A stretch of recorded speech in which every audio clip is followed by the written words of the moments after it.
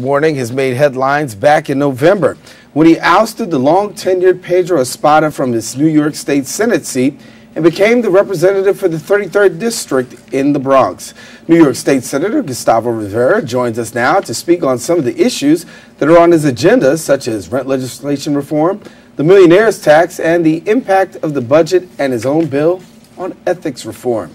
And we welcome now New York State Senator Gustavo Rivera to the show. First time meeting, so thank you and welcome. It's a pleasure to be here. Thank you so much. Good to have you here. And first off, I guess things are, you're on break from Albany, but as we say, you're not on break from the work. The ability, first of all, for you guys to have a budget and the way things are right now, looking at the budget from Governor Cuomo and the work that you guys had to do, a lot of work went in, and still today, a lot of people are still concerned about some of the cuts. And I'm certainly concerned about that as well. I mean, first things first, I think that we passed a very tough budget. We had a series of long conversations to determine the best way to get what kind of budget we would have. And unfortunately, I was disappointed by a few things that were not in it, and I want to talk about those first quickly. First is the so-called millionaire's tax, personal income tax surcharge, which would have individual New Yorkers who are more wealthier, that have $200,000 or more of taxable income. They're currently paying a tax that I believe should be extended. We unfortunately did not extend that tax in this budget.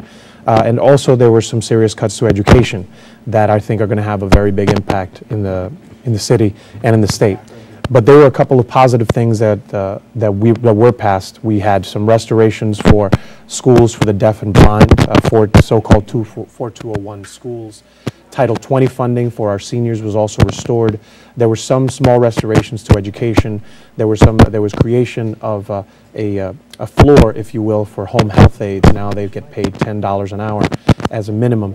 So all these things were positive, and I did vote for them. But there were parts of the budget that I voted against because they did not include the millionaire's tax and because of changes to education funding. So share with us a little bit about this Title 20, because when we look at Title 20, a lot of people in opposition saying that the tax should be, have been extended out and people should be paying a higher level of taxes, but yet and still, particularly the millionaires. But when you deal with your constituents on a local level and you have the opportunity to talk to people on the local level, a lot of concern is being made about education. A lot of concern is being made, and we had last week a school from the deaf, part of those 4201 schools, who really made a very passionate plea for the governor to come on in and have an opportunity to really sit down and be able to hear what's going on and the effects of legislation. Given the fact of these cuts and given the fact that the millionaire's tax is being extended, are you optimistic at all with the way things are on the ground that a lot of these services will see restoration? Well, first of all, there's a couple of different terms there. First of all, Title 20 refers to federal funding that can actually get distributed differently by the states. And in the case of the state of New York, historically they've been used for senior centers. The original budget proposal from the governor cut Title 20 funding and redirected some of it to other things. We were able to restore it fully for senior centers. That's number one. Number two, on the so-called millionaire's tax, which again is a personal income tax surcharge for those individuals that have $200,000 or more of taxable income, or families that have $350,000 or more of taxable income. That's a tax that currently exists. It was created a few years ago during our financial crisis to give us a little bit more revenue.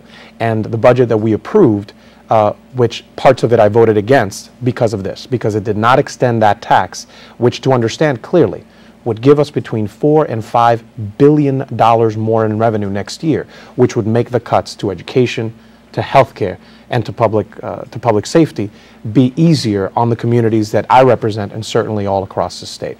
So again, there were some good things in this budget, but it was a very tough one, and there were some things that I was disappointed were not in it. I know you are particularly passionate about a couple of issues. I want to talk about rent regulation. Yes.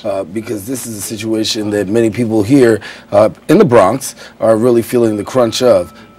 Talk to us about rent regulation in your proposal. Well, first of all, the district that I represent, the 33rd District, has around 72,000 units of rent-stabilized apartments. These are hundreds of thousands of New Yorkers, families, seniors, that need for these rent regulations to be extended. I live in a rent-stabilized apartment myself. Since I've been in the Bronx, I've lived in one.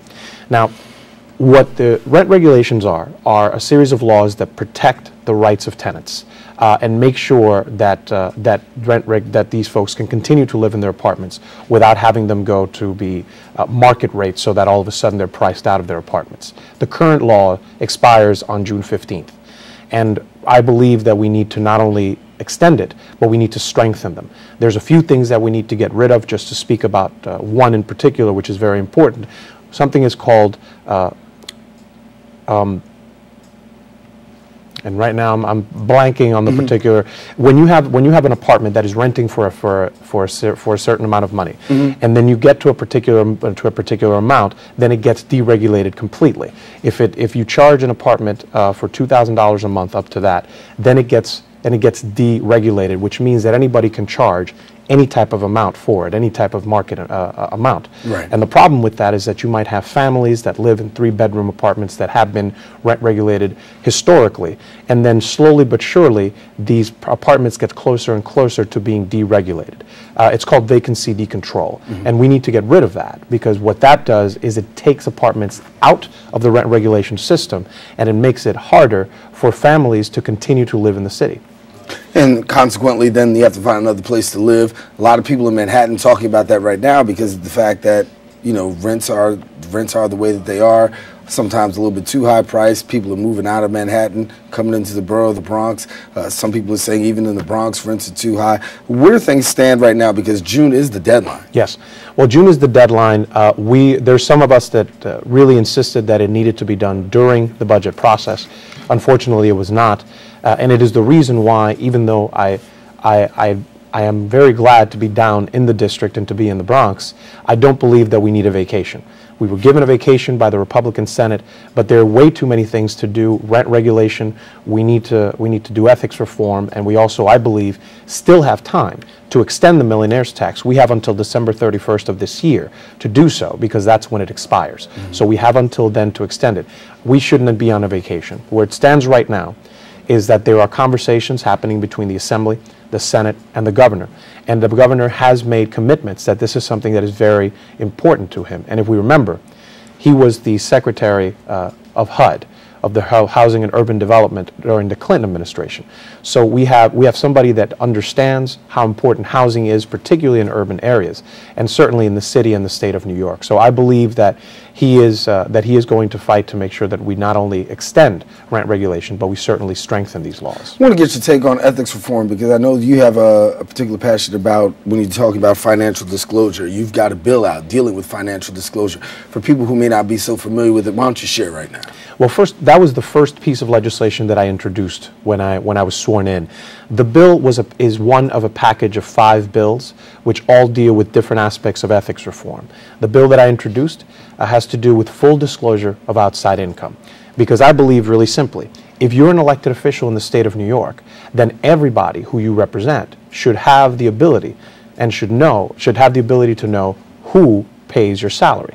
Now, if in my case, for example, I'm a part-time college professor. I teach at Pace University, have done that part-time for the last 7 years. And probably, you know, every now and then we'll teach a part-time course. Right now, the types of disclosure requirements only require that certain things get disclosed. My bill would make it absolutely necessary for every elected official to disclose all of their outside income, because I believe that people should know who their elected officials work for, and we should be working for the people who elected us, not for special interests, not for other interests that are not the folks that live in our communities. Before I let you go, I know you're in and around your district during this week. As you said, you're given a vacation, if you will, from Albany, but yet and still you're out there hitting the pavement. What are some of the things you'll be working on and concentrating on while you're back at home? Well, I'm back at home. I've been visiting senior centers. I've visited some schools. I've also had meetings with most of the precinct commanders in the district. I've had a lot of meetings with people that I have not been able to do while I've been in Albany. I've been able to do shows like this. This is actually in Lehman College, which is just a stroll from my house. I live on 195th and University, just around the corner. So the great thing about this is that I get to spend time in the district, I get to spend time in the community, and I should mention that even though we've had some difficulties, we will be opening up our district office in the next couple of weeks. We have signed a lease. It is getting through all the approval processes, and we hope to be physically in there by next week, which means in the next couple of weeks we should have an open house. We will invite you. We will come back to make sure that everybody knows about it, because certainly we want people to know that we are available and accessible to them and here in the community. Before we get out of here, you want to let us know the area where you're going to be here? Oh yes, of course. It's going to be in the Poe Building, which is literally across the street from the Paradise Theater, on the Grand Concourse, just a little bit south of Fordham Road, so accessible by train, accessible by bus, close to one of the largest shopping districts in the entire city, and the entirety of which is actually in the 33rd Senatorial District I represent it. So it is going to be close enough so that people can come to us. It's going to be central so that folks all the way from Norwood down to East Tremont can visit us in this in our district office. All right, New York State Senator Gustavo Rivera, thank you for stopping by. I will be back plenty. And since you're right around the corner, you can come right back anytime. Yes, sir. All righty, thank you very much.